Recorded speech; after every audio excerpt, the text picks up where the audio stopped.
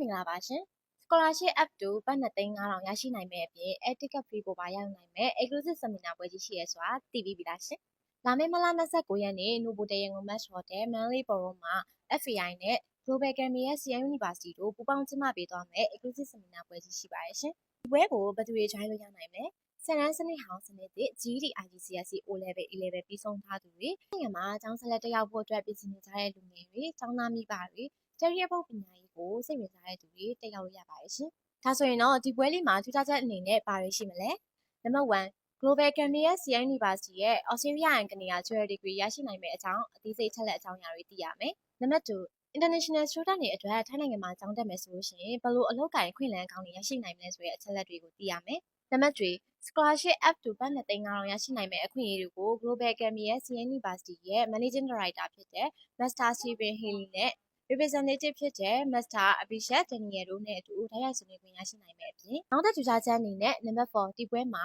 ကျောင်းသူကျောင်းသားတွေဒါမှကကျောင်းသားမိဘတွေပါအခမဲ့တက်ရောက်ဆွေးနွေးလို့ရပါတယ်ရှင်။ Number 5ဒီပွဲမှာကျောင်းအနေနဲ့ပထမဆုံးကျောင်းသူကျောင်းသား10ဦးကိုရန်ကုန်သူပန်က etiquette free တစ်ဆောင်စီ FAI ကနေပြီးတော့လက်ဆောင်ပြန်လည်ပေးရမှာဖြစ်ပါတယ်ရှင်။ဒီပွဲလေးကိုစိတ်ဝင်စားရဆိုလို့ရှိရင်တော့အောက်ကပေးထားတဲ့ link လေးမှာ register လေးလုပ်ပြီးနော်။ဒါဆိုရင်တော့2025မတ်လ29ရက်နေ့စနေနေ့မှာဆိုရင်ရန်ကုန် Match Hotel မန္တလေးဘုံမှာနေ့လယ်တနာရီကနေပြီးတော့နေ့လယ်3နာရီထိ Global Academy ရဲ့ CN University နဲ့ FAI ဖွဲ့သားတွေအားလုံးအတူတူရှိနေမှာမို့အားလုံးကိုဒီပွဲလေးကိုတက်ရောက်ဖို့အတွက်ဖိတ်ခေါ်ပါတယ်ရှင်။